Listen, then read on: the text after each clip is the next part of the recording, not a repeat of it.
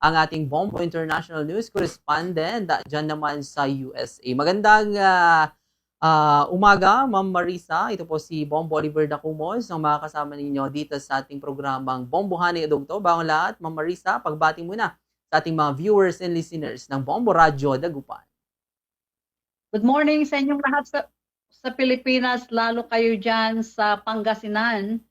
July 4th namin dito, may the power and the force of the 4th be with you all. Yes, ma'am.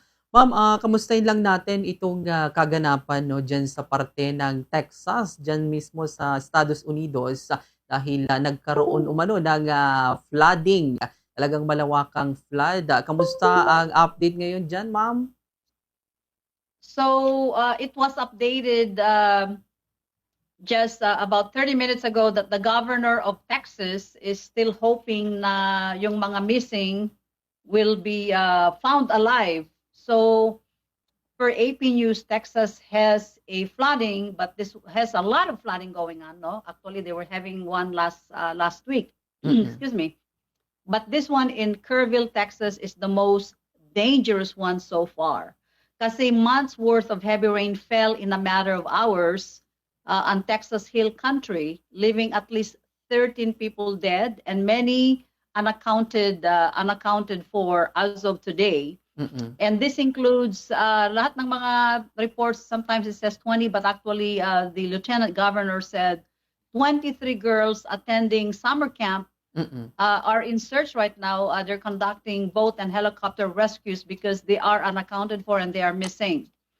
So the flood zone region dotted with century-old summer camps that draw thousands of kids annually from across Texas.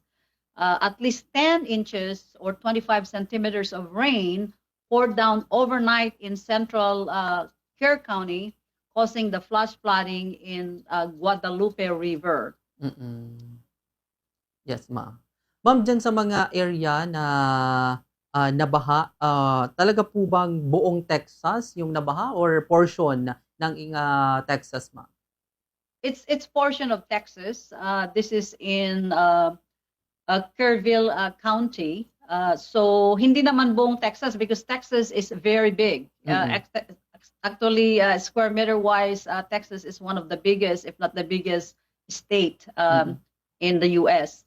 Sabi ng authorities stressed that situation is still developing, that death toll could change and it could be higher with rescue operations ongoing for many unspecified number missing as of right now. Sabi ni Lieutenant Governor Dan Patrick said that the 23 girls attending Camp Mystic Christian Camp along the Guadalupe River in Hunt, Texas were unaccounted for as of this afternoon. Ang mga parents nila, of course, mga takot, they're disgruntled, and they're doing all kinds of search right now. It's search and rescue so far. So sabi ni Lieutenant Governor Dan Patrick, sabi niya na 6 to 10 bodies had been found right now. So Kerr County Sheriff Larry Letha reported that the 13 people had died Friday, which is today, due to the flooding. Dozens are missing after months of worth of heavy rain fell in a few hours in Texas Hill County. So hindi lahat ng Texas, but these are the affected counties in Texas. So sabi niya na yung Guadalupe Forks and river gauge recorded a 22-foot rise, 22-foot rise, which is 6.7 meters in just about 2 hours, according to Bob Fogarty, which he is a meteorologist, National Weather Service person sa Austin and San Antonio, Texas. Sabi niya na Fogarty said the gauge failed after recording 29.5 feet or 9 meters of rain that came down in a couple of hours. So itong rain na to, grabe, it was predicted that they're going to have flood and they're going to have this rain. Pero yung prediction ng weather men was itong dumating is a lot more than what was predicted, and it came very fast. Like a couple, this this 1 month worth of rain came down in 2 hours. Mm. Kaya napakagrabe ng situation. So, Mm. Yes, ma'am. Ma'am, dito sa Texas or diyan mismo sa USA, talaga po bang tag-ulan na din diyan? Kagaya dito sa Pilipinas, Ma'am Marissa? actually, ang mga weather namin, that's a good question. Ang mga weather namin iba-iba, no? In Oregon, we have beautiful sunny weather all the time. Sa Texas ngayon, it's time for flooding. They've been having flooding last week. So iba-ibang state, iba-ibang weather. But most of the time right now, we are all on summer season. Pero Texas is different kasi ang Texas masyado siyang mainit, Mm. no? Um, Sabi ni Fogarty na the forecast had called for rain with flood watch upgraded to warning overnight, and ngayon at least 30,000 people are warned that there's more flooding going on. So sabi niya na total places and the rain exceeded expectation. Kaya Mm. yung sabi ko na they predicted it, pero mas maraming dumating kaysa yung prediction nila kasi ganyan ang weather. Kung minsan mahirap i-predict ang weather in some areas. Mm. So, Yes. yun. So, ito yung the flooding in Texas, sabi niya, a severe weather it moved all the way to central New Jersey where the thunderstorms were blamed for at least 3 deaths. So, imaginein mo ang Texas nandito, ang New Jersey. Actually, Texas is right here, New Jersey is right here. Mm. So the severe condition moved from Texas to central New Jersey. So tatlong namatay doon. Mm. Sabi niya na among of them, 2 men in Plainfield who died after a tree fell off their car traveling during the height of the storm, according to a Facebook post. Mm. So the city, kasi July 4th ngayon dito, no? Mm. May the 4th be with you.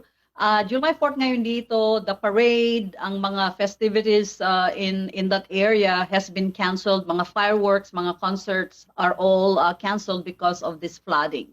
Mm. Yes, ma'am. So, parang kinansela lahat dahil kung hindi ako nagkakamali, ma'am, Independence Day diyan sa Texas.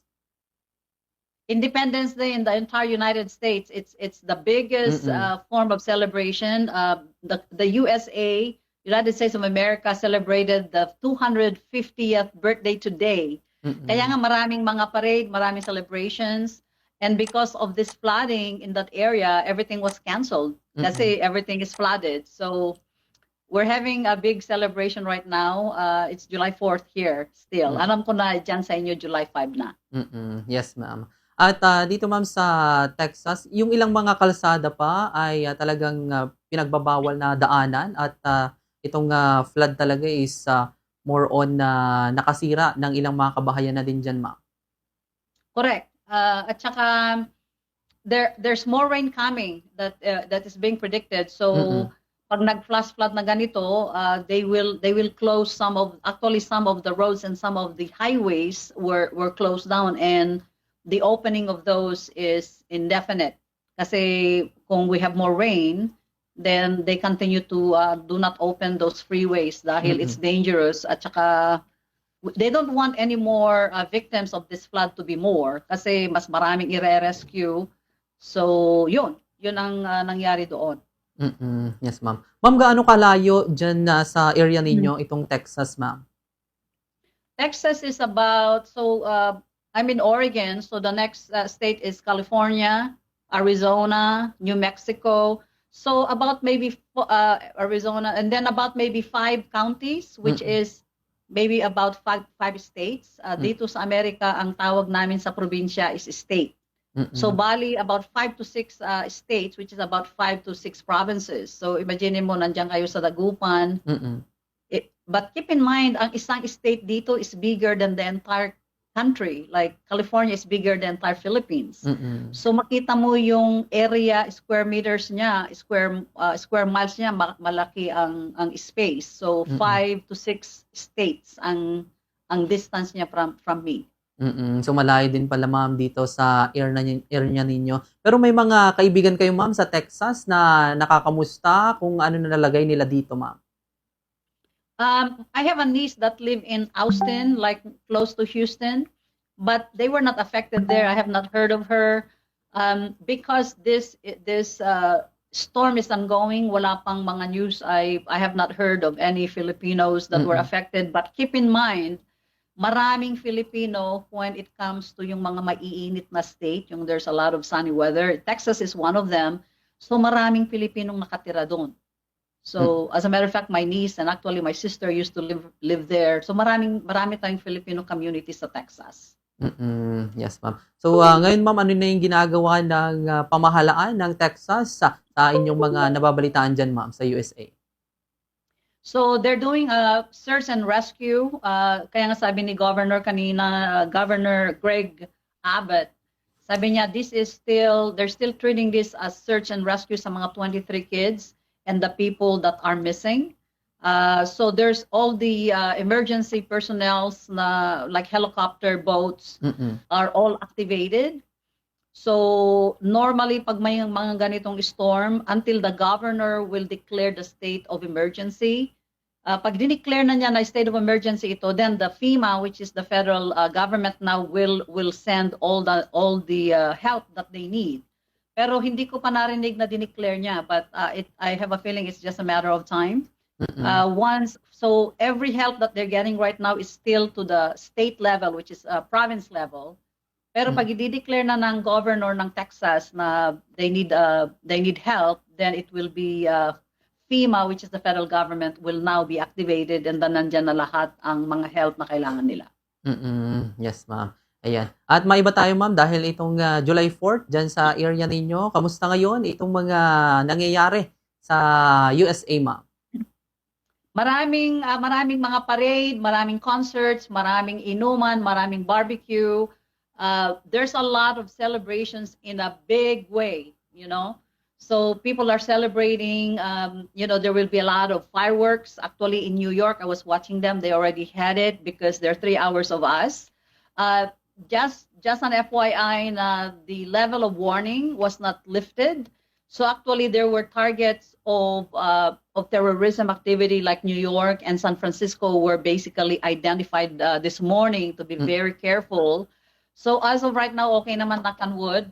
A lot of gatherings are normally a target. So everybody was aware that we will do celebrations, but we need to see, like if you see something, you say something. So although we're having all this celebration mood, we have to be alert on basically a possibility of terrorism or any kind of violence. So ganyan ang ginawa ng mga officials kaninang umaga to just be very careful. Another thing that they are warning us is to be very careful with the kind of fireworks.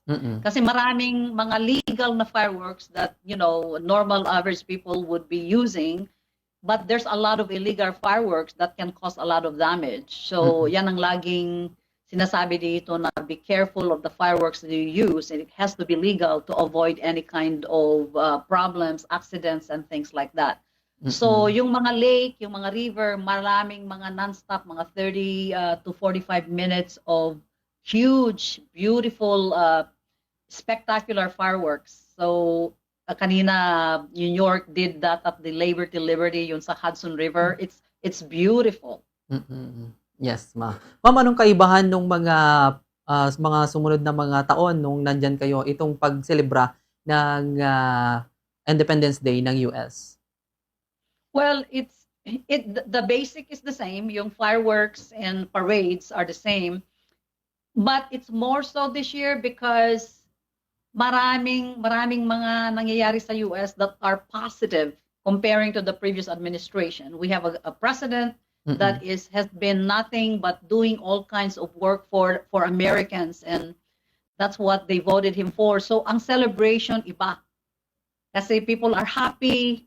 They voted a president that they love, and we voted a president that's doing a lot of big things, not only in the US, but around the world. So the celebration is spectacular.